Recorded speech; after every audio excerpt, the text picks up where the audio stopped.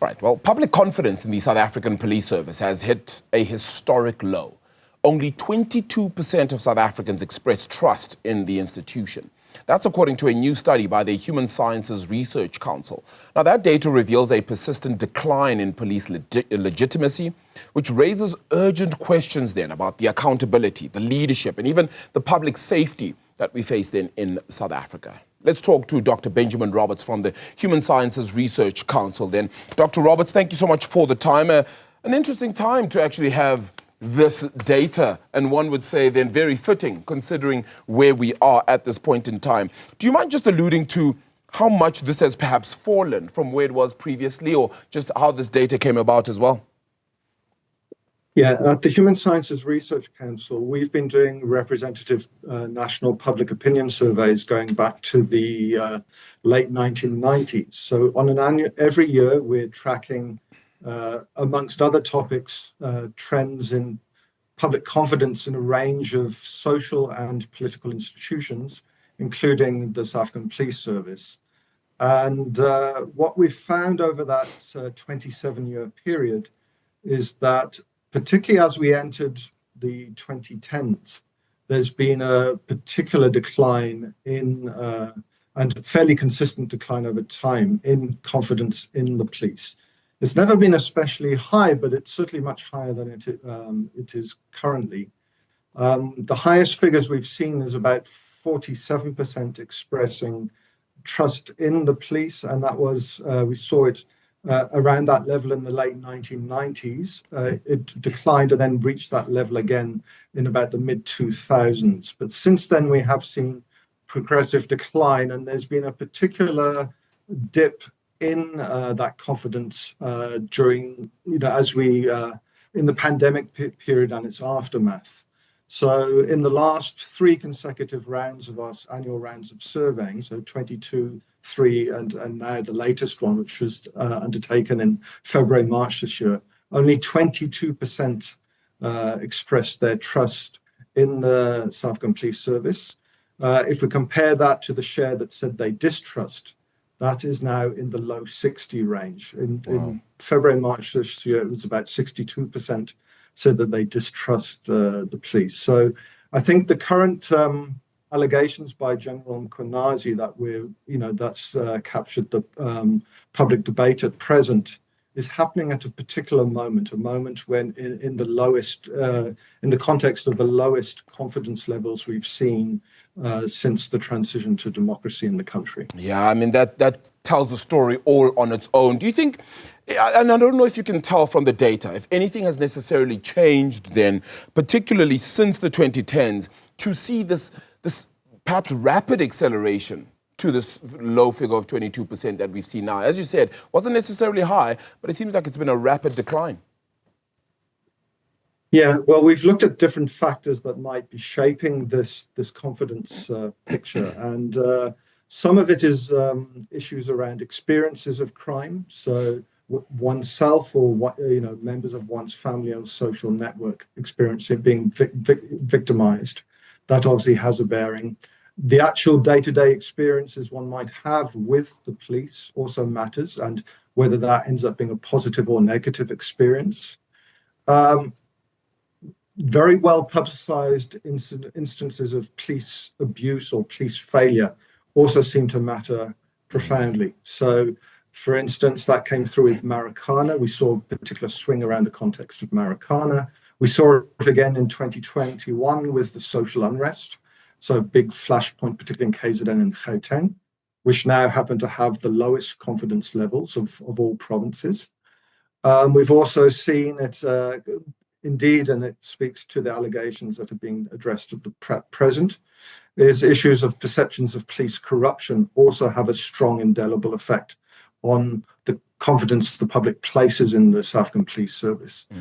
Other elements that we've also explored are ones around perceived fairness. Are they fair procedurally? Are they fair in the way they treat different groups of South Africans? And are they effective? Issues of effectiveness as well. So if they're seen to not be effective in preventing crime, reducing, responding, that also has a pull-down effect on those trust levels. And then the last factor that we've explored, and I think it's true not just of the police, but a range of other political and to some extent social institutions in the country, is discontent with the way democracy is functioning as a whole. So those that are more critical in their view of democratic performance tend to have a much lower level of trust in a range of institutions than those that or have a more positive evaluation of democratic performance. And we've seen that indicator slide very dramatically. The share that is satisfied with democracy is barely over 25% in recent years. And so as that swung down, so too has confidence in institutions. So they're kind of wrapped up in each other, those kind of evaluations. Yeah, I don't know if you're able to explain then the significance, particularly about an issue you raised actually in my previous question, which was the growing gap between public trust as well as distrust. You mentioned that, I think the other was at the upper end of around 60% or so. So you have it at almost 3-1, if I'm not mistaken, then when it comes to that. Are you able to explain that gap as well? Yeah, that's really surged in the last 5 years. So after 2020, we saw this very significant divergence between patterns of trust and distrust, and exceeding 60% in 22 actually, and staying at between 62 and 66% over the last 3 rounds of surveying. So it's this rapid escalation in these patterns, and I think it speaks to those different factors that are driving it. Issues of deep unhappiness with the way democracy is working, issues of victimization surging post-pandemic, and a range of other factors along the lines of what I've said. Also, it's sort of moral disalignment, between the public and the police, which has left communities looking to, in certain instances, take the law in their own hands. So patterns of vigilantism we've tested, and it is related to low confidence in the police. So that's something that's come through quite clearly now. So in the absence of police, people are resorting to self-policing. Yeah. And community justice. Let's talk about provincial variations. Particularly, I suppose one could talk about the hotspots, that being Gauteng and KwaZulu-Natal, then as well, recording just 18% trust, if I'm not mistaken, for those. What explains these regional differences? Yeah, I think they're very particular to context sometimes. So, if I sometimes it's quite linked to again, high visibility issues. And I think in the case of Gauteng and KZN, one of the more recent examples that really changed perspectives was the way in which the 2021 July social unrest was handled by the police. That was seen to not be effectively handled and had really quite a dramatic impact in both provinces on that. Yeah, and just to say, though, that even though those 2 provinces remain the lowest, in the latest round of surveying earlier this year, the trust in the police in both provinces stands at 18%. So less than 1 in 5 trust the police. There is degrees of spread, but in all provinces, for the most part, we've seen a downward pull. And across the 9 provinces, the highest percentage trust in police stood at 30% in the Northern Cape. So across the board, it's not a particularly positive image of the institution of the SAPS, and it's something that is of real concern because it's a crucially important institution for democratic functioning and upholding the rule of law. Yeah, I mean, why are historically high trust areas, though, the likes of Limpopo, the Free State, they seem to now be trending downward. And I suppose you did say context matters in this regard, but is it being taken down because of the national aspect that we're already seeing? Yeah, I think it is. I mean, people have a sense of all institutions and the degrees to which they believe it's meeting and fulfilling their expectations. It's leading to freedom from crime and the fear of crime.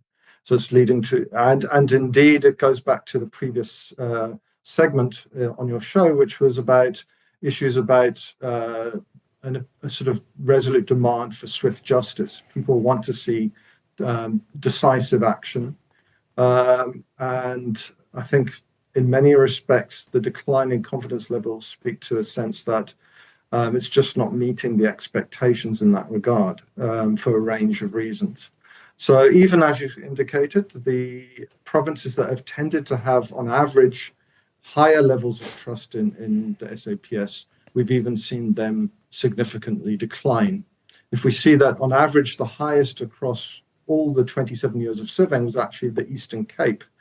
And the Eastern Cape, as of 25, the February-March 25 figures, trust in the Eastern Cape has collapsed to 24%. And that was historically, on average, the province where we did see the most positive image of policing. And it's true of all provinces. We have seen quite decisive patterns of change. So it is deeply worrying, and I think one real concern is whether allegations such as the ones from General Mkhwanazi do potentially could serve to have a further pull-down effect. I think the putting the minister on special leave might resonate with the public in terms of accountability.